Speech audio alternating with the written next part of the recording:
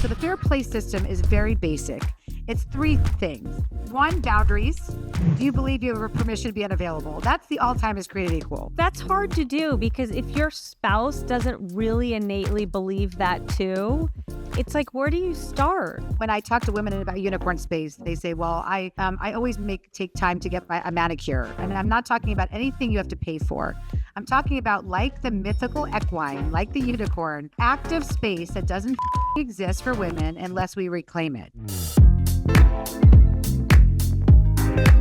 Hi, good peeps. This is the next episode of The Flexible Neurotic. I'm Dr. Sarah Milken, the Flexible Neurotic.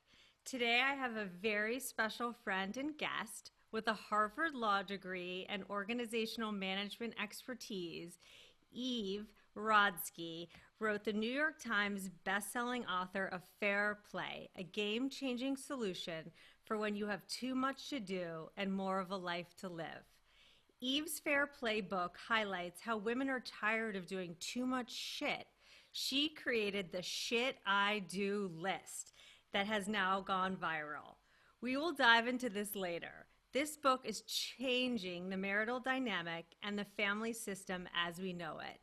Eve believes we have to apply an organizational systems lens to our household and family duties. With the Fair Play book, Eve has created a Fair Play deck of cards for you and your spouse or partner for you to redistribute the family workload task by task. Just wait until you hear this. Hi, Eve. Hi, Sarah. I'm so happy to be here with you. I'm so happy to have you here, and you have the prettiest glitter eyeshadow on. I thought I was your queen. I was doing, we were doing some early filming, and so it was not something I usually wear. I don't usually wear blue eyeshadow. I love it. It's so good. It's so perfect for the show.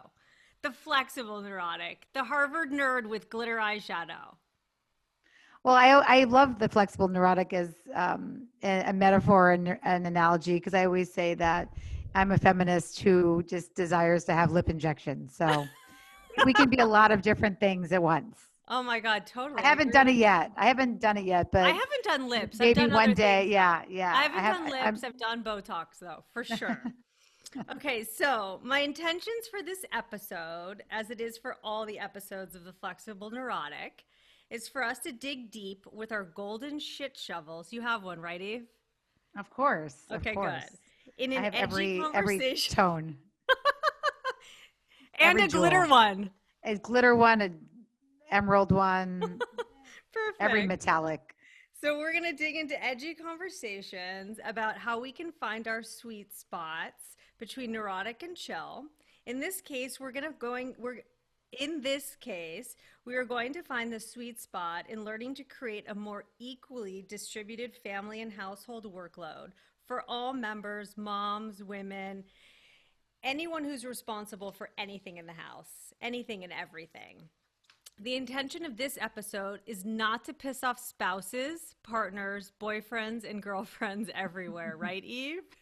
It's definitely not a shaming game, but this is unpacking some cultural things that we should all be thinking about instead. So good. This is to help them figure out, and us to figure out, how to equalize the home workload. As Eve says, there is no bigger aphrodisiac or foreplay than your partner loading the dishwasher or managing your kids' soccer bags, soccer emails, and snack duties. Listen up if you want more sex and less nagging. Okay, so Eve, are you ready? I'm ready. Cool. Okay, so we all know that our childhood formative years play a huge part in our self-identity and formation. Sometimes we incorporate the good parts and try to skip the quote bad parts. Can you dig into a little bit about what your childhood was like, your family life, and what contributed to who Eve Rodsky is today and why you wrote the book? I love that question because I don't get to answer it that often. But I will say that I feel like Fair Play was a culmination of who I am, my identity, a book I was born to write. And because my story started in a single mom household, I grew up in next to the Con Ed power plant on Avenue C and 14th Street in New York City. My father was tangentially involved in raising me, but starting around 7, Sarah, or 8, I really became my mother's partner, and maybe you would call it being a parental child. But Mm. I would help her manage late utility bills, wait up late when she would work late, to show her the eviction notices that had come, and tell her she had to pay her rent. Help with my disabled brother, who nobody knew was disabled, or couldn't read until junior high school. So I saw firsthand really the burden of the invisible work when it falls on one person, and also the blame my mother put on herself when having it all meant doing it all. So that's my lens. And I think from that early age, Sarah, I had vowed I would have an equal partner in life. And so I did. I married that equal partner, and things were really fair in our life. I was a lawyer. I had gone to Harvard Law School, Stuyvesant High School, to University of Michigan, to Harvard Law School, and each step I climbed my levels of excellence out further outside of Stuyvesant Town, where I grew up, and I was really proud of myself. And I really thought that productive work was going to be the center of my life always. That's my value system, to be the change I want to see in the world. That's my mother for Right. you. I She's was a going to say, professor. it Yes, seems yes. like your mom, from what I've read about your mom, had a very big social justice, a very big social justice bend to her about being the change you want to be in the world. So, kind of pulling some of the good parts of your childhood and the good themes, that would definitely be one of them. Absolutely. I mean, I think growing up, right, you just are like, oh, you're going to another meeting again. And Right. then you're like 7, you're like, wait, what's a meeting? And you Right. feel sad, right? Maybe that your parent can't always be around. But I look back on it, and this is why, I fundamentally believe time spent in service of yourself as a woman and the active pursuit of what makes you you, which Sarah, you're doing with your podcast. No one else Oh, could do what thank you you. do, is so important because I think about how much it influenced me to see how much my mother cared about her work. And she's a professor of community organizing at the Hunter School of Social Work. She just retired this year to Wow. run a voter commission around social work You as guys public get shit engagement. done, Eve. Yes, she's amazing. She just will not stop. But I will say that part of the last thing I'll say that really affected me, I think, was she really taught me that physical possessions will never replace, or the looking at beauty or your body or things how other people define you will never replace sort of how you feel about yourself. And so she would always talk about this pastor that works with her in a community organizing campaign in the 70s that said, when in need, do a deed. Oh, And I like for that. for her, it meant, okay, I will never buy you a Barbie. You're not going to get the Barbie car that you wanted, or The the camper van. exactly. I will never get, or a dollhouse that I was, or a strawberry shortcake's friend that I Right. really wanted. But she said, I will always buy you a Greyhound bus ticket. If you ever want to go to DC, you can send away for brochures, because obviously we didn't have the internet then. But especially around your birthday, if you ever want to go to DC and you want to use your voice to march for something that matters to you, I will always take you. And so that was our I love tradition. that. On my birthday, we would go to Washington, D.C. No cell phones, with a paper bag lunch, and we would march. Those are the meaningful gifts that you actually remember over the course of your life, you know? I mean, I grew up in a house where my mom worked full time. And it's interesting because people ask me about that, not having worked myself in a real quote job for the past 15 years and how it's different than how I grew up. But what's interesting about it is I never questioned it while I was growing up because it was just my normal. Like, Mm-hmm. I knew that my mom wasn't dropping me off at school and she wasn't picking me up. Like, she had a full time career. She runs the largest nonprofit in the country for special needs kids. And I just knew she was going to work. She was doing good in the world. And, thankfully, my dad is a dentist and he worked every other day. And he was definitely like the hands-on dad who worked in the nurse's office and, did all those kind of fun things. But it's interesting to think about just what your normal is. And for you, that your mom being a single mother and working her ass off, like that was your normal. 100%. And I think, look, the beauty about, and we'll talk more about fair play, right? Is that this is obviously not a stay-at-home mom versus working mom No, not at debate, all. and that like let's leave those in the 90s. But it's Yeah. about what I think about, somehow we got into a cultural conversation about the life-changing magic of organizing your junk drawer, which is really fun, and I really love to be organized. But I think this is about the life-changing magic of long-term thinking. Who do you want to be? What Sarah do you want to be in 10 years, right? What Eve do you want to be Totally. in 10 years? And when there's surprise, when the expectations of what you wanted to be and where you are don't match, and of course you can't control everything, but I mean where they really don't match because of some choices that may have been made for you by society that you thought were your choices, which is what happened to me. I was in a really, really bad place because those value systems of being the change I wanted to see in the world, and always being a product of productive work, and considering that was what got me sort of out of my situation, education. When you say productive work, you're talking about this sort of performance driven mindset of like I'm going to go to this school and I'm going to get these grades and I'm going to do this and I'm going to do that, like a sort of linear success path, right? Yes, what I mean is that we have milestones, right? That we set out for, and productive work now, I define it very differently. So we'll talk about that. But what I mean Mhm. is that I think we set up milestones that women can meet earlier in their lives, right? So we are highly educated as women. We are in the best schools. We're most of the valedictorians in this country, right? Um, and then we're taught, culture defines for us other levels of success that don't always um, vibe with those cultural milestones, right? So then we're also taught the next thing is when are you getting married, and the next thing is or your engagement shower or whatever type of monetary success is on your path, or the next thing is what children are you going to have. There's very linear cultural milestones for women in this country around success, and if you don't meet those milestones you often get shame for them. And so what I'm trying to do with fair play is to say that all I want is that the life that you want for yourself is something that you expect. That's all.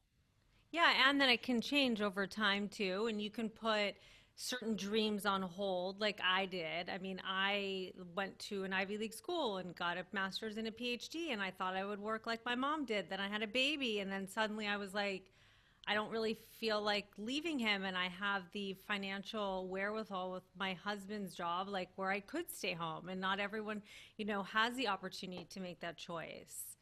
So, but then now Absolutely. I'm Yes. 45 and a half and I'm like, okay, what the fuck now? Like, what can I do for myself? Now it's my turn. It doesn't mean I'm not going to be a mom Yep. anymore or a wife, but like, I need to kind of go back 15, 16 years ago. Okay, what was there and what can I sort of resurrect? So it may not be Absolutely. 100% in a perfect timeline, but I'm going back to it. And that's what I'm trying to do with this podcast is just sort of normalize that like we all feel like kind of fucked up, like how am I going to start this? Where do I even go? What are my next steps? But we're sort of all in this together and everyone's version is going to look different. Like I'm doing a podcast, someone else might write a book, someone else might take a tennis thing. It doesn't matter what it is. It's just whatever is you, Yeah. And that's what I call unicorn space, because what which I I found in the love. research, yes, well, it was an interesting thing I didn't want to write about, Sarah. And I will say that I Can didn't you want to repeat write, unicorn space? Because I feel like we yes. have to like really define it. So let's define it. So I talk a lot about certain different things in the book. And what I really wanted to write was an organizational system for the home. And that is what I did. But what kept coming up in my research over years and years of interviewing, for the book itself, there was 250 men and women, sorry, 250 couples, but not always at the same couple, where that mirrored the US Census. And from that data, which took so long, but I wanted to be really thorough. So I wasn't some, just pontificating Yeah, you self-help kind of help are really expert. nerdy though, Eve. Yes, of course. Well, it took a really long time, and at the end of the day, I'm trained as an academic, so it felt right to go to the basic research and also to do my own sociological interviews. I love it. And while I wanted to write the organizational management system, and that's what I ended up testing, the number one thing that kept coming up for women was a sense of identity loss in midlife especially after their second child. And I know it happened to me. That was where I wanted to maybe leave my marriage. And I talk a lot about that in Fair Play. But the identity loss after their second child, where all the cultural milestones they've hit, they looked at me and said, I did everything society told me to do. I have two gorgeous kids. I have a nice house. Again, this is more of the women who identified as in the professional classes. I have the nice house. I have a husband that I really care about, but I'm really unfulfilled. Everything that society told me to do was a bill of goods because I'm fucking miserable, right? Or Right. I've lost myself in some way. Or I write about those women, about the woman who called herself an object at rest. I Wow. have I have 3 degrees. And I'm like, well, okay, well, let's talk about what you want to do with those degrees. Well, objects in motion stay in motion, Eve. And so I'm an object at rest. Or I talk about Josie, the woman who got her scholarship to the University of Vermont based on joining the ski team. And she was one of the first people in her world to graduate from college, and how she ended up leaving her skis at the airport I to remember nurse her that. child, right? So why are we putting ourselves last? And often the number one thing I heard was, I don't believe I have a permission to be unavailable. I Hmm. really don't believe I have a permission to be unavailable to my kids, to my partner, or to my workplace. It's so interesting because I remember in the book you were talking about how I'm not just saying, I'm not stereotyping dads, but the other spouse, whoever that other spouse is, sometimes doesn't have that same layer of guilt. Like, shit, I shouldn't stay after work for those drinks because my partner's been at home, like tending to the kids all day. And maybe that person, maybe she or he needs a break. And how there's no sort of quote, other spouse or dad guilt, but there's guilt from the primary caregiver. Like, oh, I can't go to the gym. I can't work out. I can't do any of these things because I'm taking time away from the kids. Oh, absolutely. And men take twice as much leisure time as women in Especially in the heterosexual bathroom with their relationships. phones. Do you find your husband's in the bathroom with the phone so long? He would kill me when he hears this. Well, yeah, not anymore. But I had to write a book about Seth, right, to get into really a place of Totally. fairness, He right? really hit the shit list, Seth. Yes, yes, he did. But I think I talk a lot about, so what is unicorn space? Well, what I found was that when women come back or have never left their unique identity, what makes them them, um, their outcomes are really great for their mental health and for their marriages and for their reported parenthood. So what I mean by that is not fucking commodified wellness. So let's just break that down. I'm not, Okay. when I talk to women about unicorn space, they say, well, I always take time to get a manicure. And I'm not talking about anything you have to pay for. I'm talking about, like the mythical equine, like the unicorn, active space that doesn't fucking exist for women unless we reclaim it. And so what I Hmm. mean by those active pursuits is not beauty standards. So even though a CBD oil pedicure sounds amazing about now, Amazing. but I don't mean anything you have to pay for. I mean, what do you do that makes you you? And so there were self-care is a really important thing. So that would be like me eating a pie, right? Right. Or But we frosting. Don't we a have that frosting. joint? We have We that have a joint love favorite food of trans fat Betty Crocker right out of frosting. the tub with the Mhm. spoon. I love Almost texting that to you. I mean, there's every nothing like day. digging into that chocolate frosting. My kids are like, that's so gross. And why are you double dipping? I'm like, because nobody else is eating it Eating except this, for me. right? And Sarah, I will say that around Halloween. I like right now I've transitioned to a candy corn obsession, but I will go back to Ooh, my frosting after wow. October 31st. Talk about pure sugar. That's like a Pure dopamine sugar. hit. It is dopamine. I will say that is my self-care eating. And so the idea of eating a pie, that could be self-care, but it's the baking of the pie that's the active pursuit, right? Right. Listening to a podcast is self-care, but creating a podcast is the active pursuit. And that's where I want to Is a redefine real productive shit work. shovel. Talk about a shit Yes, shovel. yes. And my husband's like, I think I've become your assistant. I'm like, I've been your fucking assistant for 27 years. Like, welcome to the Yes. party. And it's not even about retribution. It's like, we're all in this together, and there's certain things that you're better at, like helping me figure out why my computer's not working, and maybe you call that assistant work, but I'm calling it like fair play work. Like, I've been doing your shit for so long, like it's my turn. Well, yeah, actually, there's a card for that in the Fair Play deck. It's called Partner Coach. And Yes. actually, I saw it a lot for women who are divorcing, where men completely dismiss their wives' obligation to their careers. And I saw very little of the reciprocation of men helping their wives, unless you're Marty Ginsburg. And we can Right, talk about exactly. Ruth Bader That's Ginsburg like and how amazing that was. But amazing. and so again, this was what I will say is that Fair Play is a love letter to men. It's actually a love letter to men, because what I realize is these systems are not working for either party when we're in these silos. And obviously, women, having an identity loss or a lack of unicorn space is definitely not in service of the partnership or anybody's mental health. And one thing I will say about unicorn space is it does not have to be paid, because Mm-hmm. that was another thing. And ironically, it was actually women who identified in working class positions, as we looked at the sort of U.S. Census, self-identified people who would do our surveys and would be interviewed by me. A lot of women actually in the working class professions were much more able to identify their unicorn space as women in the professional classes. Hmm. Why do you That, think that is? I was surprised by that. Why do you think that is? Because of intensive parenting, actually, I really believe that we've entered an Helicopter age. parenting that takes up Yes, all of our time? exactly. I think that what's happened is there's been this confluence of social media with the self readily available guilt and shame that society has always put on women. And it's been a confluence of believing that it's too hard.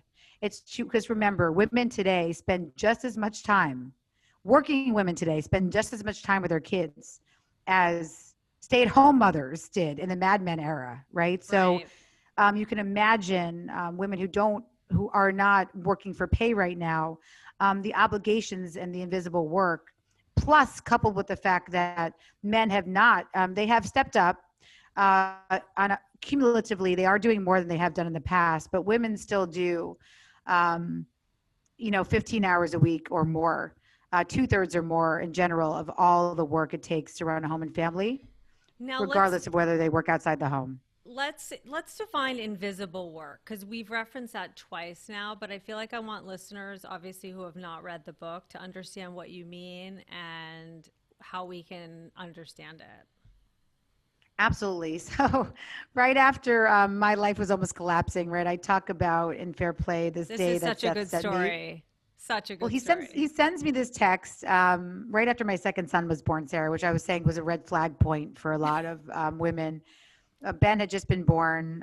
We were living in LA at the time. We'd moved to LA to make things easier, actually, to be closer to my in-laws, who are much more helpful than my sort of blended family Right. situation. And Understood. yes, so we right after Ben was born, I get a text in the car, and I can give you the scene. Seth sends me a text that says, "I'm surprised you didn't get blueberries." Oh, So let's just talk about this blueberries text. I'm surprised you didn't get blueberries. So I think any other day, maybe it wouldn't have mattered, Sarah, but there was like a confluence of events that feel like right now, right, where the sort of the space time continuum is sort of fucking collapsing on me, yes, yes. that made this day so resonant. And it was really a very low point in my life, but look how low points can transform your whole career, right? Back to what you said before, that you Totally. don't have to be on this treadmill of the milestones always and the timelines of everybody else. But I want you to be able to know that if you go off of those, right, there are consequences. And Totally. to your identity and to your financial position and other things, so that you can plan what you want. That's what we're here for, to talk You to can't women about. win. You can't win either No, way. no, but you can be intentional, more intentional, right? Because Yeah, I the like the word surprise that I intentional. felt, intentional, like I said, the life-changing magic of long-term thinking. Because the day I get this blueberries text, I realized I had not been intentional with my life, and the surprise, the shock I had to wake up to where I was. So you can picture the scene, right? I had this breast pump and the Oh, diaper bag on the passenger seat of my car. I had gifts for a newborn baby to return in the back seat of my car. I had a client contract in my lap, Sarah, because I had opted out of the traditional workforce, and I put that in quotes now because I've subsequently learned I was fucking pushed out, similar to like probably how you felt, right? You right. can't do it all No. in this world without the help of men and the social safety nets that we don't have in America. Um, and so I had somehow thought if I had started my own law firm, I would have more flexibility. So I had a Oh, client contract in my lap. And like most sort of Gen Xers, I'm very analog. So I was sort of marking up this contract with a pen that was in between my legs. And every time I would sort of stop at a stop sign, the pen would stab me in the vagina. mm. As I was racing to get Zach, who's my older son, he had a toddler transition program that was only for like 7 minutes, right? Yeah, Because we really I value love that. working Those are my parents in favorite. America, right? Because that really supports working women, right? To And have, then by the time uh, you find a fucking parking space, they're supposed to be that's right. picked up. That's right. Basically, Yeah. it was like it's a 2 minute program, Yes. and in the midst of all this chaos, Seth sends me this text, and I live in LA now, like you, and so we don't take traffic, lightly here. I mean, for me to pull over meant there's something really wrong, Oh, right? So I'm pulling over and I'm crying. I'm crying over this text, thinking to myself that my marriage is over in a very fucking cliched way totally. because I'm over the being the fulfiller of Seth's smoothie needs, right? Yes. Like instead of like the dramatic affair in the Caribbean where my hair is Right. blowing and I'm with some It's a amazing fucking guy. frozen blueberry bag. Yeah, yeah, we're having a fight over off-season blueberries used for Seth smoothies. Yes. And so that's really at first what I was thinking. And then the second level was to blame myself, of course. So then I went to, in my mind, oh my God, I used to be able to manage employee teams.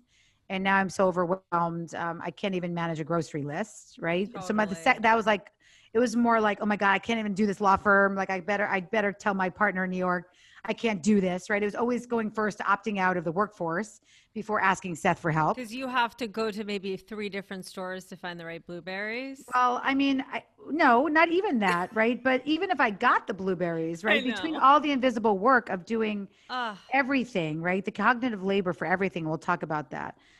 It leaves very little time for anything else. And even if you don't believe in the intensive parenting style, which I certainly didn't because I was, left home to care for my brother since I was 9 years old. But even in just the amount of time, but we'll talk about that. And so on top of that, the third thing I was really thinking that day was such surprise that I did not have the career marriage combo I thought I would have, Sarah, because mm, I was able to tell you so beautifully. Thank you for asking that question, right?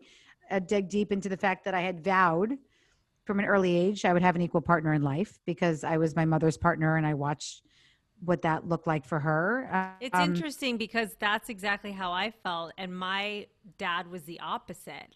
My dad was the sort of do it all, work in the nurse's office, pick up carpool kind of dad. So I really sought that out in a partner. And my husband, I mean, he runs his own company and has a very flexible work schedule in terms of like, I can't make it to this. Can you please pick up one of the kids? And he has been so amazing with that. And I'm so grateful because I don't think I could do it by myself.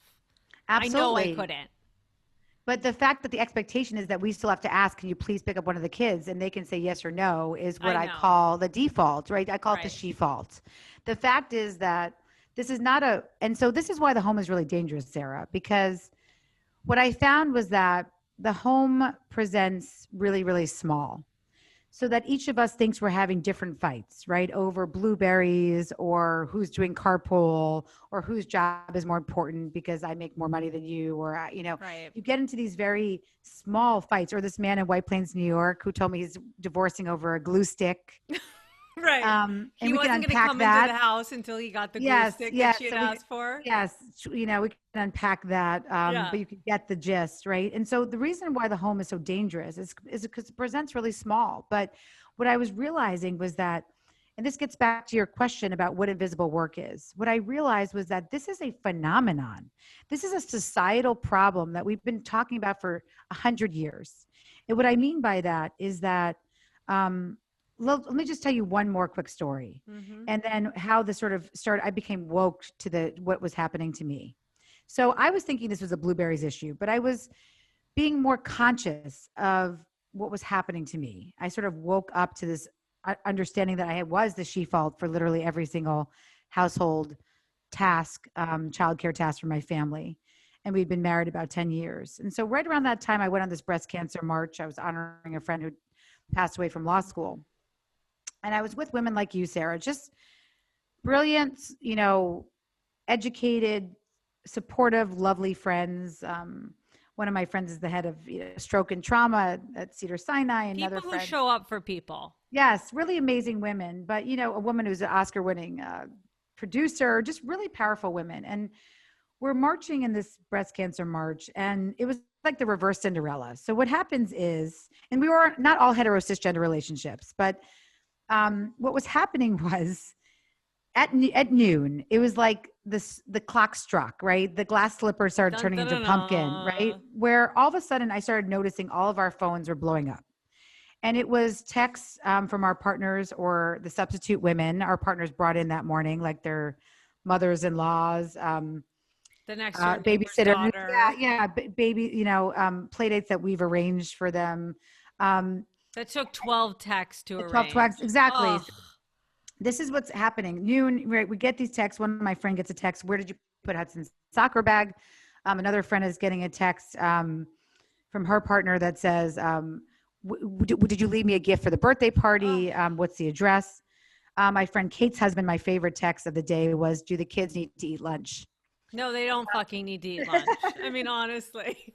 But that, and so I really, and so the sad part was watching all these women look at me and say, oh my God, Eve, thank you for making the dim sum lunch reservation in downtown LA, but we left our partners with too much to do. And so those very powerful women who use their voice in every other aspect of their lives left to go find the soccer bag, to go perfectly wrap a gift to take to a freaking birthday party, and to feed their kids lunch. Mm. And as I'm watching all this happen, I decided to have a little act of resistance that day. And my act of resistance, Sarah, was to count up all of the phone calls and texts we had received. And it was 30 phone calls, 46 texts for 10 women over 30 minutes. Oh. And so what I realized was that what is this? This phenomenon, as I said, the she fault, the fact that we do 2/3 or more of what it takes to run a home and family is not new. The pandemic has really shown a light on it. And I'm very happy for that part of the pandemic, that the invisible is now literally Yes, visible. visible on Zoom. We're all the BBC dad. Ah. But you may have heard different terms. You may have heard the mental load. You may have heard the second shift. Mm-hmm. You may have heard emotional labor. Right. But my favorite term was 1986 sociologist named Arlene Kaplan-Daniels, back to the basic research nerd in me, who Yes. came up with this term, invisible work. And what I love so much about the invisible work term, and I hope we all continuing to use it, and I see it now being more used than other terms, is that there is a modicum of a solution in there. Because so many articles say it's inevitable that women will take more work in the pandemic, or it's invariably falling on women. And I say it's fucking evitable. This is evitable. This is not inevitable. Mm-hmm. But it's just that we have chosen to treat the value of care and work in the home as invaluable or less valuable than work in the workplace. And that is because it's the women's domain. And I love And when you that's what I say, mean when yeah, we I say love when invisible. you say in the Yes. book, like, we suddenly have let our spouses and husbands tell us what to do. Like, when did that Well, start? well, I think it's very interesting because when you think about this phenomenon, what is happening here is that one of the questions, Sarah, I asked so many men, and again, we'll talk about sort of why this doesn't benefit men either, but was, do you believe an hour holding your child's hand in the pediatrician's office is as valuable to society as an hour in the boardroom?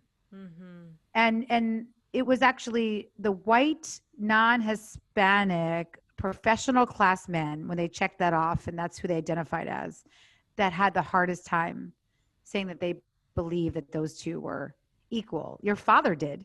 Yes. So a lot of people will say, well, not my spouse. I'm like, great. Then you be a cultural warrior Yeah. on our journey, just like as Ruth Bader Ginsburg said, if just because it's not raining on you doesn't mean we don't need umbrellas, right? If your partner Yeah. is different and you believe that you have an equal partner in the home, then shout it from the rooftops. Allow that partner to normalize it. Have the people who work for him take paternity leave. Continue to celebrate those men who are in care, because that's really the only way we're going to change things, is by valuing care, and that we believe an hour holding our child's hand in the pediatrician's office as a society is just as valuable as an hour in the boardroom. But what I also think is an interesting phenomenon is the men who do like dig deep and get their hands dirty and do boring shit. Sometimes people will say, oh, he has his balls all locked up. He's totally being told what to do by his wife. It's sort of like, no, he's actually being a fucking equal parent and helping out here. Well, that's why it's not this is a love letter to men, because the men this is according to data, not just me. Men want to be good fathers. Attitudes of fathers are changing. Housework, not so much. So we'll talk a Right. little bit about how the shit work, the daily grinds of Well, housework I'll tell you a funny thing need to about catch up housework to is fatherhood. my Yes. husband does not like the way that I load the dishwasher. He thinks it's disorganized and he just thinks it doesn't look right. And I say, I'm not going to spend fucking 5 hours cleaning the silverware as if it was going to go back in the drawer, because then what's the point of the fucking dishwasher? So I got to so many complaints about it that I was like, guess what? You own the dishwasher now. It's all yours. I'll pick another job, but I am not going to load the dishwasher if you're going to comment on how it's not organized the way you want it. Absolutely, but I think that is exactly that's the premise of fair play. The premise of fair play, right, is exactly that, Sarah. But as a holistic system, the premise was, my job is to create family systems for very highly complex family foundations and family businesses that often, look like the HBO show Succession. Right. And I remember thinking to myself, you know what, if I could have these families communicating around the table with grace and humor and generosity over the most difficult financial and organizational decisions, then I could definitely create systems around dishes, right? And what I realize is that really the core premise of fair play is very easy. And thank God for Carol Dweck, because she talks a lot about the mindsets, right? Yes. Mindset shifts, right? And so the power of a mindset shift, and for her, my son called the power of yet, right? I'm not an NBA player yet, right? There's beauty in changing your mindset. But what I talk about in fair play is just it's changing from a scorekeeping mindset or a resentment mindset or a she-fault mindset to a ownership mindset. And so it's exactly what you said. It's this idea, but let me explain to you why it's a little bit deeper, because what I found in fair play was that we're very focused on just execution. And it's really important to understand the cognitive labor behind decisions. So what I mean by that is, if you think about condiments, right? You think about mustard. How did that mustard get into your refrigerator? Well, you can break it down from an organizational management, my decade-long business, into the home. And so I start to think about using that science in the home. And I realized that it's very simple. There's really 3 steps to how that mustard got there. There's the conception phase, which is someone had to know, Sarah, that your second son, Johnny, likes French's yellow mustard with his protein. Otherwise he chokes. Mm-hmm. Somebody had to be watching and observing that, right? And understanding that, Taking note of it. keeping that in their brain somewhere, using attention on your children in that way. That's the conception phase. Then somebody has to monitor that mustard for when it's running low, right? And put it on a grocery list with everything else you need for your meals for the week. And if your child has an allergy or, there's other issues, it's much more complicated. That's the planning phase, right? You're surveying everybody else for what they need. That's the planning phase. And then there's the, get your butt to the store. Now it's more complicated in masks and gloves or whatever. Yes, for sure. To go purchase the French's yellow mustard. Now that in organizational management is what we would call the execution phase. And the problem with hetero cisgender homes was that men invariably, this isn't invariable, before I said inevitable is not inevitable, but this was an invariable that is really variable, but they were invariably stepping into the execution phase. And when you step into the execution phase and you're the one going to the store, you're going to bring home spicy Dijon, right? Every fucking time when I asked you for French's yellow. Right. And then what happens in that situation is that, and why Fair Play became a love letter to men, was because the number one thing men told me was holding them back for doing more in the home was that they couldn't get anything right. Mm-hmm. And even if they tried to do more, that they felt they would be shot down and dismissed. I think that's a terrible way to feel. No, it's a great point, because it was going to lead into this other thing that's been on my mind since reading your book and being the flexible neurotic is, what things do we have to get more flexible on so that the other partner can start owning their shit? Well, let's unpack that. So yeah, 100%. It's like you talk about the gift wrapping. Like, who gives a fuck what the gift wrapping exactly correct looks like? And that is a big part of the system. So if you're going to talk about this as a one-off, then you may be focused on the time on that gift wrapping, right? Because you're not really thinking holistically about the things you can give up. And that's the beauty of the card system. So Fair Play is 100 cards. And it's about the life-changing magic of mustard. If you can think of each card as its own conception, planning, and execution, and if you're interested in to see how every step of each conception, planning, and execution, I broke that out for you. It's on Fair Play Life website. You can actually go CPE. And the beauty of that ownership mindset, when you hold the full CPE, is that it also alleviates. So we just talked about what men said that they... Right, but let's just break this down for a second. Yes. You took... So you sat down and wrote down every single little task that you do in a day, and you asked hundreds of other women to do the same. So then you get this master list of, I buy the gift wrap paper, I wrap the present, I take the dog to the groomer, I take the dog to the vet, like 7,000 million tasks that go on in your house. So that is called the shit I do list, right? Yes. It started. Okay. This started after that breast cancer march day, where I so it goes breast cancer march. Yes. Pissed off Eve. I need a solution to this shit. Then it turns into the shit I do list. Correct. Which is this long laundry list of everything you do in a day, a week, a month. And then it turns into a deck of cards. And each card in the deck has a specific task. Right? Correct. And that's where I think Ben, you can put this on, because he can actually do a better job of telling you, and then it goes to the next generation. So we'll talk about Eve's son, I think, who's about to come on now. Yes, come here. This is not planned, but since women get interrupted every 3 minutes, totally 42 seconds. Oh, I just did a conference call and the doorbell rang, but nobody got up to get the door. We'll talk about boundaries and how my sons know that they have to interrupt their father as much as they interrupt me. Oh, totally. Come here. Come in.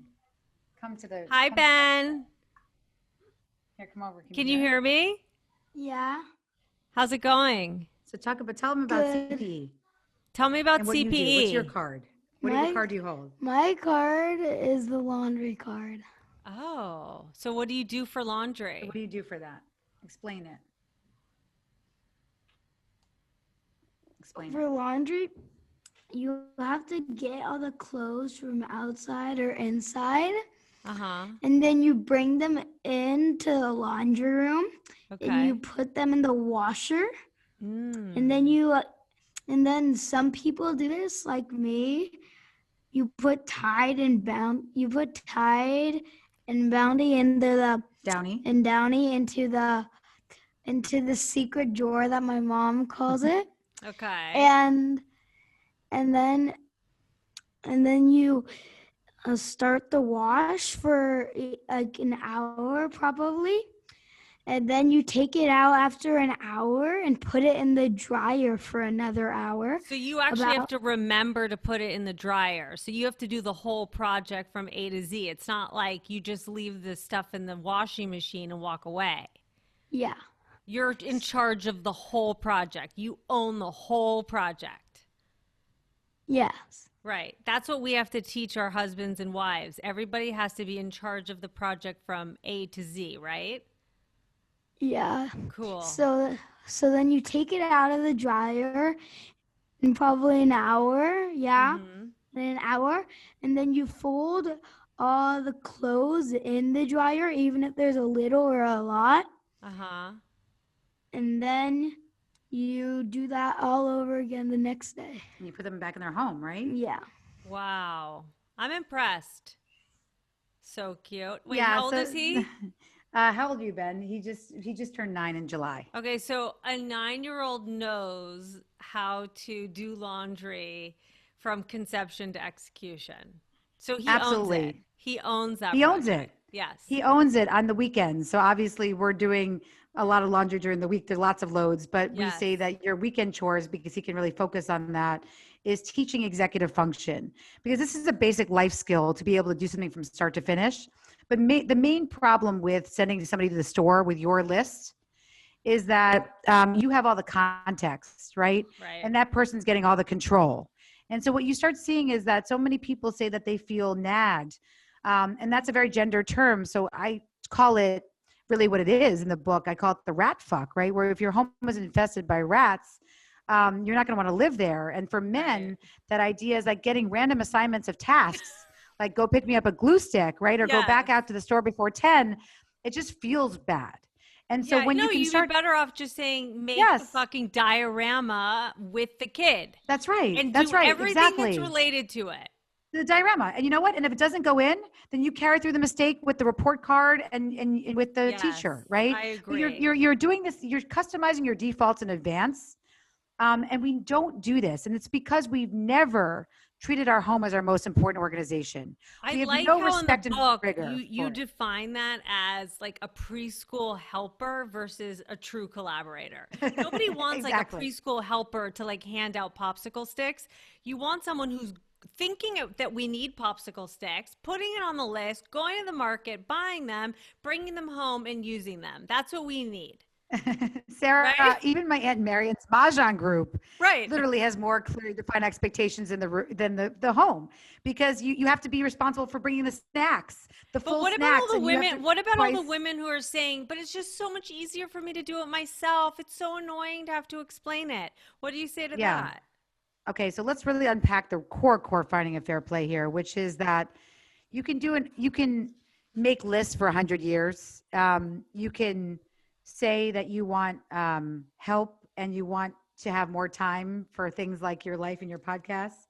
Right. Yes, if you want to, you can. Sorry, Ben is asking, is he having dinner at Nana's house? Yeah. Okay, then that's fine. Then you can just come home for dinner. Okay? But you're going to do your music lesson there, okay? Yeah. High five. Love you. Thank you for being on the podcast, Ben. Love you. Thank you. Bye. He's a good human being. And I said, if that's all this was for my sons to be so good, understand how important housework is, then I did my job. You get your gold star in parenting, Eve. They're good humans. But I will say that Sarah, breaking down something that was the core finding of fair play is really important for your listeners, because no system, no ownership mindset is going to work unless we start changing a very core part of, and it's the number one rule that you see in fair play, right? This idea of all time is created equal.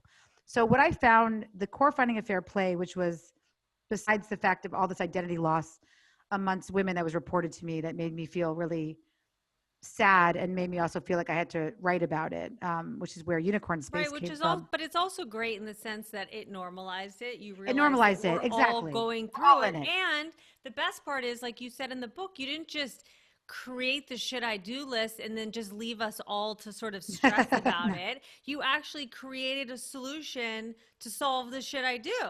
Yeah, and it's working. It's working and it's a movement. And so anybody here, like I said, who has a partner who's equally doing the housework with you, come and join our movement. If you don't, then listen to what I'm saying here, which is this idea that your time is diamonds. So traditionally in society, what we see and what the research shows us is that we treat men's time as finite and we guard it. Society, women, men, we guard it like it's diamonds. And we view and value women's time as infinite. And we treat it like sand. You're probably some of your listeners are probably too young, but if you remember Days of Our Lives, just think about like the hourglass where the sand is falling through it. That is women's time, and this is how it plays out in the workplace. A lot of women end up opting out of the workplace, like I did, based on the fact that their husbands make more money than them, right? And so that's sort of what was happening to me. But I would argue, I work in philanthropy. My husband works in private equity. My job is more valuable. So in the workplace, we know that men are paid often more than women, even in the same jobs. So we know women's time is not valued. If you're a woman of color, you're paid 50 cents on the dollar on average to a non-Hispanic white man. So already we know our time is not valued in the workplace. But what's fascinating to me, Sarah, was it was women. And it's why I ultimately ended up writing to women and not to men.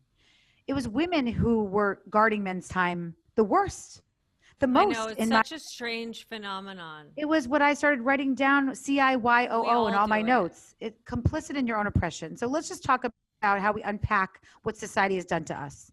Well, women were saying to me things when I said, why are you the one picking up the call from the school or the one begging your husband to do carpool once a week, but the default is on you. He does do it every morning. No, though. That's good. I have to give him a gold star for that. Good. I'm happy. Then I would have to like put makeup on that early in the morning. No. And you do not, because you're gorgeous without it. But I will say that one of the top things women said to me was, well, of course I'm the one who picks up the call from the school, because my husband makes more money than me. We already talked about that. It's a losing argument because women already make less money. And so that will be an argument we would have to go over for hundreds of years until we get pay equity. So that can't be the reason for you doing more invisible work. The next argument was, well, I'm a better multitasker. My superpower is sensing my children's needs and knowing everything that they want. And I'm a better multitasker. I'm wired differently. So Sarah, that was the only other day that actually I sobbed, like literally sobbed in a neuroscientist's office when I asked one of these really top neuroscientists whether women are better multitaskers than men. And we had a very scientific, nerdy conversation, but then we ended up going deeper as I was telling him about the fair play ideas and the guilt and shame I was feeling and what I was saying to myself about being a better multitasker and being wired differently. He said to me, this man, white man, lab coat, very traditional, badges hanging from his coat. When I asked him, are women wired differently? And he said to me, you know what, Eve? Imagine we, men, can convince you, women, that you're better at wiping asses and doing dishes. That means I get tenure. It means I get to still be a great dad and swoop in when I want to. But it means I have much more uninterrupted time and attention for the things that I love. Unicorn time, whether that and work time to go for those drinks without guilt and shame because I have a spouse now who thinks they're better at it. And so it's working for me, right? How awesome. I've convinced them as a society. So I cried that day, Sarah. I really cried. I felt so bad about myself. And so I never wanted another woman to ever feel that way again, to say that I was blaming myself, right? That I was a failure. And then the other thing that I heard a lot, which my friend, Professor Dan Ariely, helped me unpack, was the other toxic time message, which was, in the time it takes me to tell him or her, what to do, I might as well do it myself. Totally. And so I went to a behavioral economist for that one because they look at how time use. And for that, when I asked Dan, you dug so deep in this, Eve. I did. You must have had a really long shovel. It was so fun. Oh my gosh. Because the research was the best part for me. Yeah. And I still love it. I could tell you about the study around communication that just came out. But so Dan Ariely said to me, that's a terrible argument for women, because of course it makes sense to quote unquote teach someone how to wipe the asses or do the dishes, because it's at the expense of your finite time. Right. You do not have infinite time unless you can fuck with the space-time continuum, which I wish we could do in COVID Right, and move us forward, but we can't. There's just a different expectation, Sarah, over how women are supposed to use their time. Yes. And God forbid I do not fulfill those expectations, and I'm going to be guilt and shame for it. Right. And that is really, so what I'm here to say is that all women's time is diamonds. And until you believe, do you believe, I'm asking your listeners, that you have a permission to be unavailable? Do you believe your time is equally as valuable as your partner's time? Until we as women believe that our time is also diamonds, because we only just get 24 hours in a day, the same as men. There's nothing I can tell you here that will right any imbalances in our society. Wow. That is very impactful, for sure. And I think that and I hope listeners are really listening to that, because it's not a judgment thing. It's like, let's stop, let's think about it, and like, let's figure out a way to make life more meaningful by getting rid of some of the shit we don't want to do. 100%. And that takes aligning with your partner, right? On your values, on things that you, from everyday housework to the, what kind of relationship you want with your in-laws, to what religion you want to raise your kids, right? These are conversations that sometimes you have in pre-kana, right? But then we stop communicating, Sarah. We stop using our voice in the home. You have a solution in this book, Eve. It's like you have the shit I do list that turned into the cards, right? Yes. And then you take those cards and, like you say, you can have it all if you do a 20-minute meeting a week with your spouse to deal those cards. So I want listeners to think like, oh shit, I can take this away today and do. So you get the cards. Let's go really practical. Yeah. So let's go really practical. So 100%. When I started to say to Seth, I want you to treat my time as diamonds as well, right? And really sat down with him to say how I was feeling, everything changed. And so many men said to me, I cannot believe that you're telling me my wife says that she can't talk to me about domestic life. So you had to become the game changer, which is 100%. One of your rules. You have to. So tell us what a game changer is. It's someone who sits down and says, what? It's Nora Ephron, where she says you can be the victim of your own life or you can become your own heroine. It's agency. So my mother said to me, it's not even about being like a ball buster. It's just about being agency. Like, hey, let's make our relationship and our household better in 20 minutes a week by dealing these cards of tasks. And then I won't bug the fuck out of you to take the garbage out. You won't be nagged. We will have better communication. Better sex, more sex. Basically, it was saying to Seth, if we invest in our relationship, like we invest in every other area of our life, then things are going to change. And we've stopped investing in our relationship. We invest in our kids. We invest in our kids' creativity. We invest in our exercise routine. Seth at the time was investing in his meditation. Right. But we're not investing in our most important practice. And that's what this takes. It takes it back to the ownership mindset. So the fair play system is very basic. It's three things. It's one, boundaries. Do you believe you have a permission to be unavailable? That's the all time is created equal. Once you believe that you deserve unicorn space, right? And it's much easier to come to the table to say, I want a system that makes things more fair, right? That's hard to do, because if your spouse doesn't really innately believe that too, it's like, where do you start? I mean, I'm lucky because mine does. Mine actually came home from work today to make sure this fucking recording went well, because he knows how important it is to me. And I screwed it up last time. So he was like, I will be there by 2:00. Don't stress. But like, we've invested in that, and we have these conversations, especially since reading your book. I'm like, I am going to like make it my best effort to do this. Absolutely. And the thing is that it doesn't mean that I'm saying women have to do all the work. The system is a 2-player game. I wish it was a 3-player and a 4-player game. I talk about that with our governmental institutions and our corporations, which is what we're doing with the fair play movement. But in the home, it's actually really, really simple. And if these crazy HBO show Succession families that I work with can do it, you can do it. It starts with that ultimately you're investing in your communication. And so the beauty of the cards is that it takes away the personalization of, back to what I said, the home being dangerous, where you think you're fighting over garbage or mustard, right? But you're fighting about accountability and trust. Yeah, Where and so then you many tell women, them everything else you hate about them too. exactly. Yes. So I This think is like garbage, soccer schedule. There's nothing personal about it. They're there's nothing just facts. personal. It's an invitation. My good Yes. friend, Daniel Stillman, he's a conversation designer. I love his job so Oh, I much. love that. And what he says is so many people miss the invitation, right? They miss the invitation to sit down to talk. So it's usually someone busting in on you saying, you didn't get me the thing I need for the kids' school, right? Or you're talking at times where there's no invitation. But That was amazing. you know what? It's a system. It's the idea of you get your family involved and say that this is not a gender role. This is how this is treating our home with some respect and rigor. But it's also saying our home is our most important organization. Yes. And we would never walk into our boss's office and say, "Hey, what should I be doing today? I'll wait here till you tell me what to do." We don't do that. And so and how do we put that in our home? So it's really this idea that, yes, it's a system, but it's about an invitation. And if you're going to use the system and the cards as a list, it's not going to work, because we've been making lists for 100 years, including as we said, the beautiful Should I Do spreadsheet that had over 2,000 items of invisible work on it.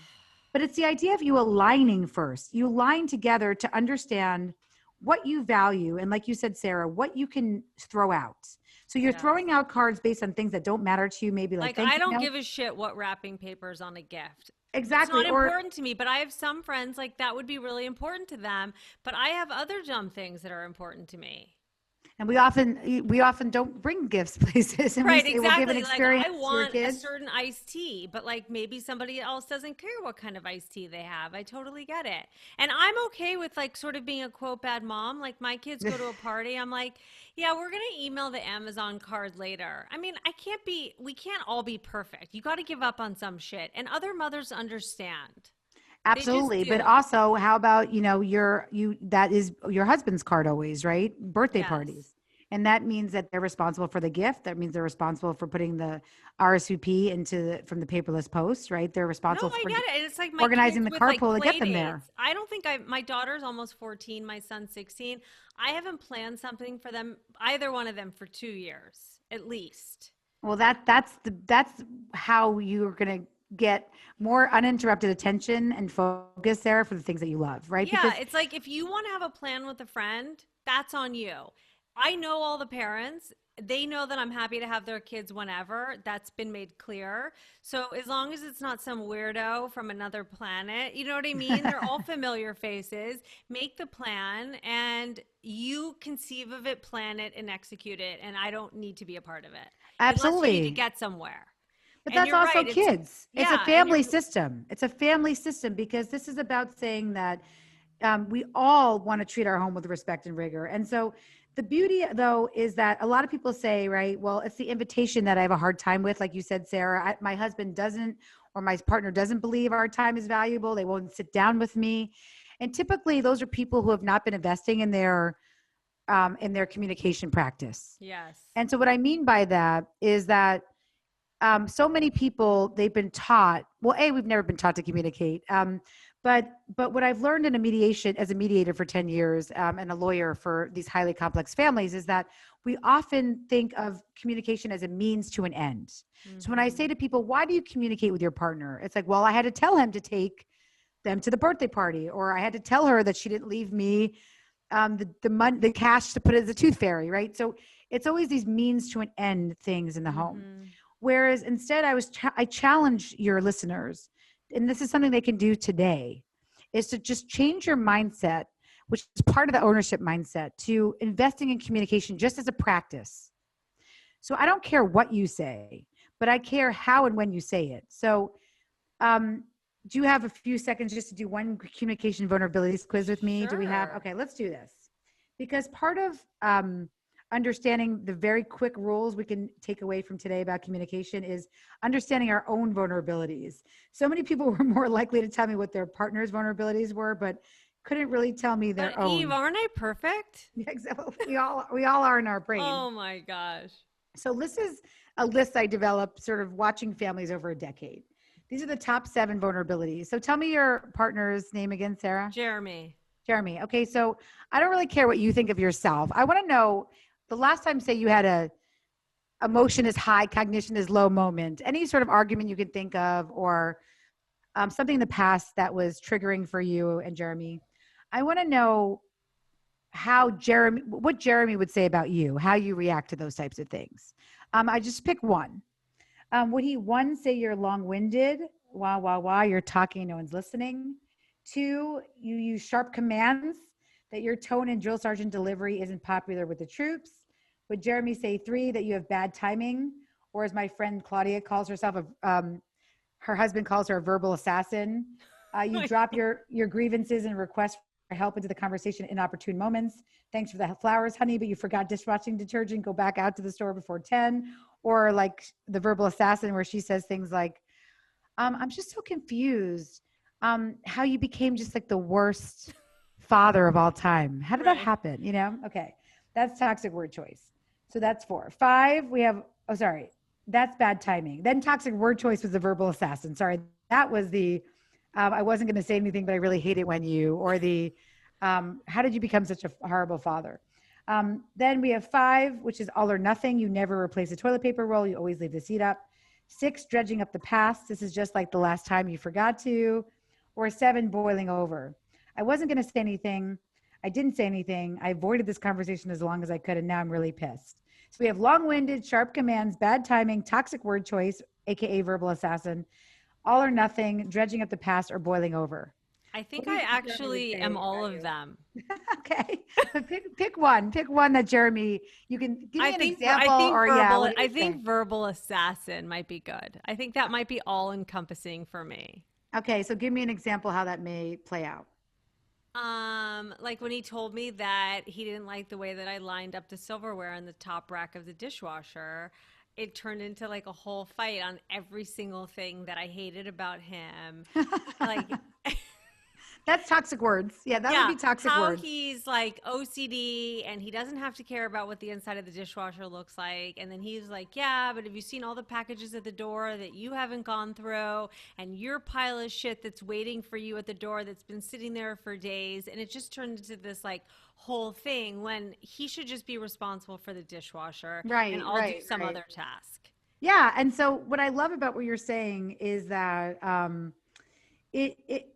what was so beautiful about that is it sort of plays into what the 3 rules of communication are so perfectly, because in that example, what you were doing there is giving feedback in the moment. So one of the things that was really easy for me to say as a mediator, but really hard for me to adopt, Sarah, along the fair play journey, was this idea of how to stop giving feedback in the moment, which would God, that's like the hardest thing in the world to do. Yeah. Maybe meditation has made me like 1% better, but it's so hard. It's really hard. And so the beauty of these rules are all I'm asking of your listeners today, which they can start doing today, is meditate on their vulnerability. Think about what pattern you fall into when you are fighting. And I gave you the top 7. You may have a different one, but there's probably one of those that you could probably relate to. Or all of them. Or all of them. Number 2, typically, many of those vulnerabilities, long-winded is different. Then for that, you set a timer, right? But a lot of those vulnerabilities are happening because we're communicating when emotion is high and cognition is low. Mm-hmm. And when emotion is high and cognition is low, you're more likely to give feedback in the moment. And what I'm here to tell you is from science, your partner cannot hear you. They cannot hear you when you're giving feedback in the moment. Automatically, it goes straight to our defense mechanism systems. We shut down.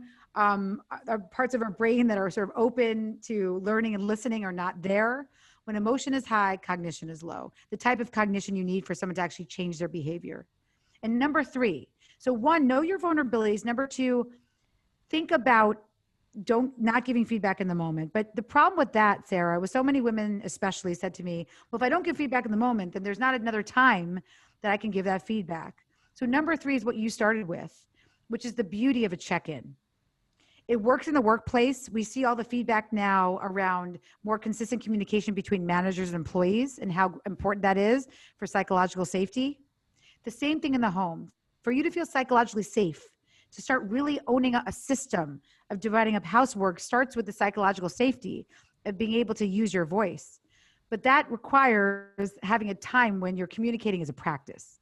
Right. So you're saying that, I mean, this whole episode could be called 20 minutes a week to getting a woke household. Yeah. Right? Yeah. So you're supposed to sit down with your spouse or partner with the deck of cards, maybe a glass of wine, and be like, okay, what shit are you doing this week? What shit am I doing?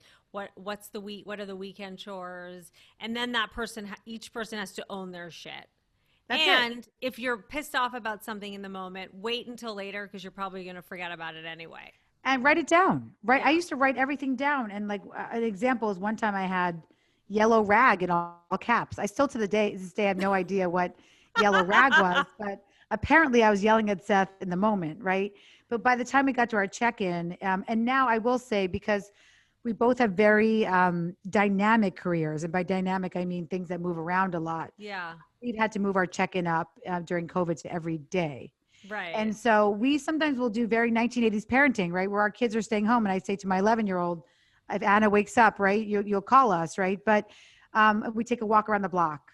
And we notice the days we don't check in, the next day is a shit show.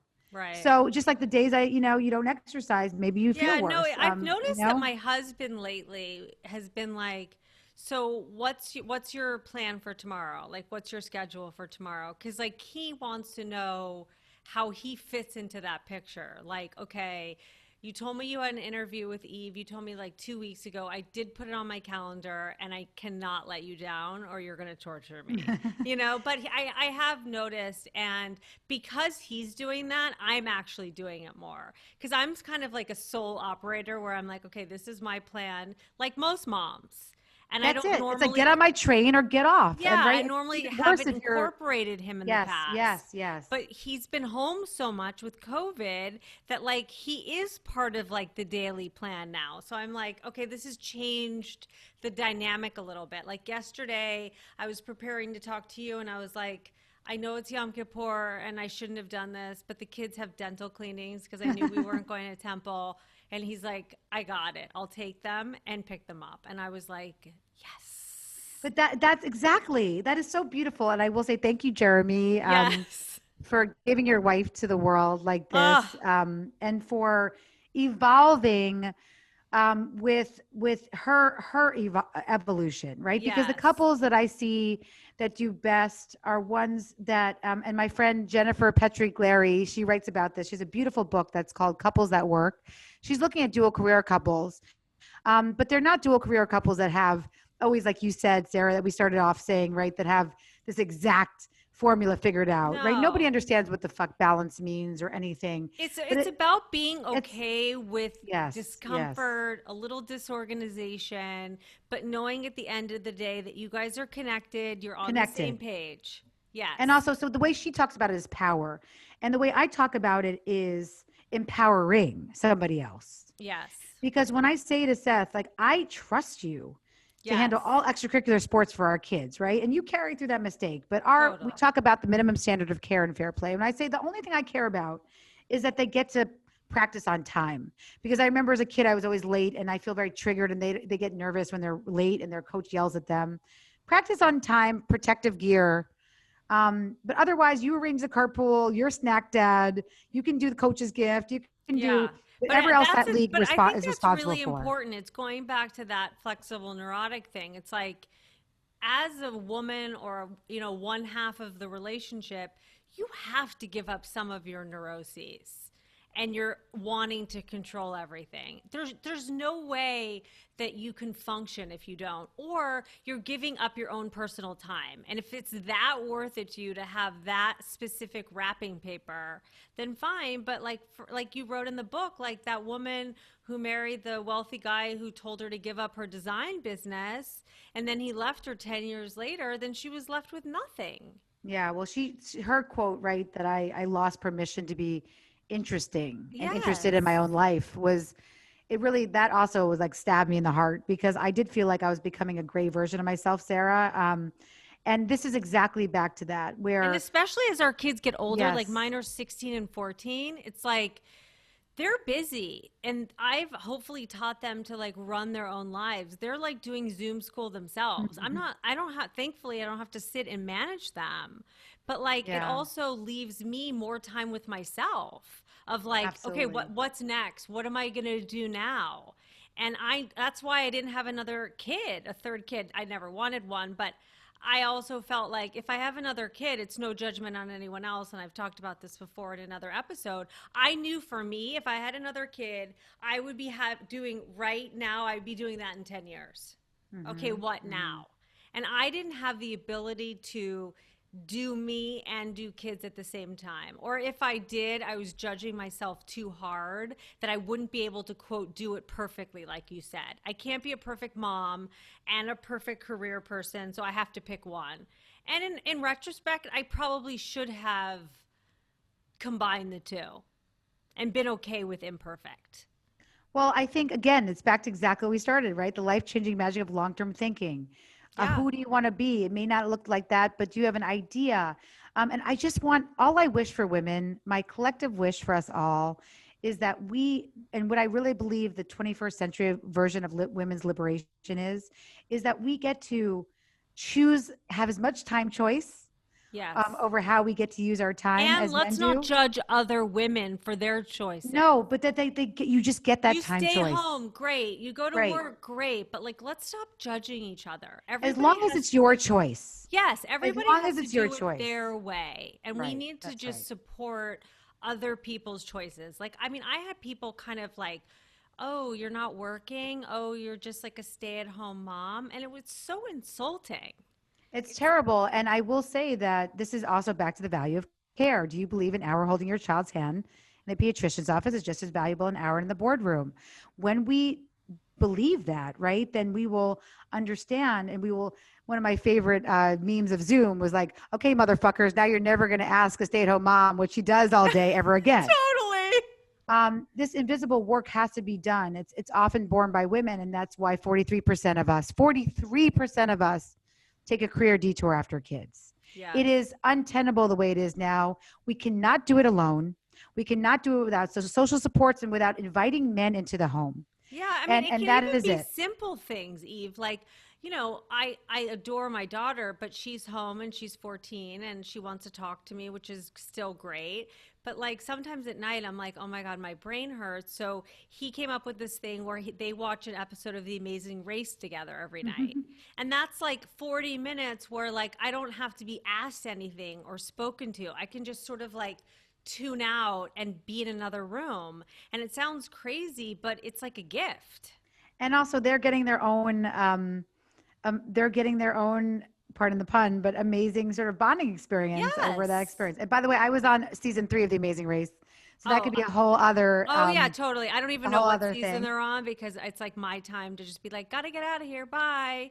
Okay, I, but wait, before we end on the fair play, I want to summarize because we didn't go into each one because we got so deep into self identity and self recreation, which I fucking love. But I want to just sort of summarize for the readers because they're self explanatory and they're also in your book the 4 golden nuggets of fair play. Number one, all time is created equal, right? yes, that is exactly what we said.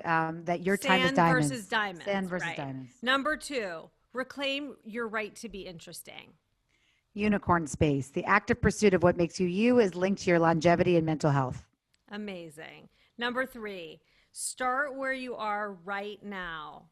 Be the This game is, changer. yes, we just said this. Your fair is not my fair. The idea of 50-50 is the wrong equation. Start where you are now And and initiate don't that ever feel judged. conversation. Yeah, don't ever feel judged for where you are, but just know that your time is your choice. It is diamonds. And so start where you feel like today and move forward from there. And invite your spouse or partner to the conversation. It's awkward and it's hard, but like you said in the book, do you think it's better to put out the awkward invitation to the fair play deck of cards? Or do you think it's better just to be a total nasty partner with like eye rolling and faces and being passive aggressive? Might as well You're dive already in. communicating.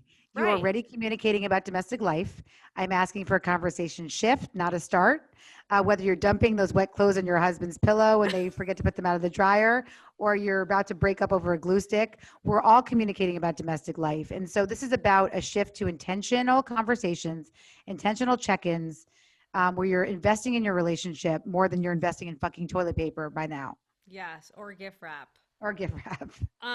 Okay, so I want to say that I am so impressed and inspired by your self-recreation fair play lens that you've given to all of us. You know, in this podcast, we've talked about small steps in the golden shit shovel, like what small step I can take today. It seems like you took that first small step when you got that blueberry it seems like you took that first small step after getting that blueberry text from Seth, and you made the should I do list, and then you created a solution with fair play. I'm impressed. Who knew that your shit list would turn into 2 books, well, almost your second book, and become a cultural game-changing phenomenon? Thank you, Sarah. Oh my I gosh. wanted to say that fair play is not just a 2-player game. Join our movement to make the value of care matter in our society. And I want to say that you did have a quote in the book, is having it all doesn't mean you have to do it all. 100%. I think that if that's all everybody takes away, that having it all does not mean doing it all, then we're going to be in a better place 10 years from now. We're doing this for the next generation of women, including your daughter, Sarah, so that her relationship feels fair It's to her. supposed to get better every generation, right, Eve?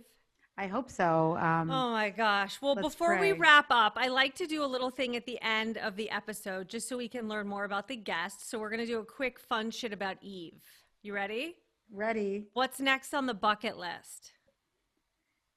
Book number 3, Fair Play for Business, taking the organizational management concepts that were in Fair Play and actually reapplying them back into the workplace, because we need work-life integration more than ever. Oh my God, you are a nerd. Okay. Anything that you have learned that's on your fucket list now after quarantine? Oh my gosh. Anything that doesn't have stretchy sweatpants on the bottom. I know. I put a pair of jeans. I'm a mullet. Literally, I will never wear denim again. I call myself a Zoom mullet. I'm just like business on the top, party on the bottom. I had to do a Zoom call like that this morning, but I actually put jeans on for you, so they're feeling a little tight right now. Oh my God, amazing. Okay, your secret pleasure. As we talked about before, anything with trans fat in it, or corn syrup. Oh, amazing. It's like a dopamine complete hit. Favorite beauty treatment? Definitely Youth to the People, their products. They have this amazing face mask. That's what I've been using in quarantine. How often do you use it?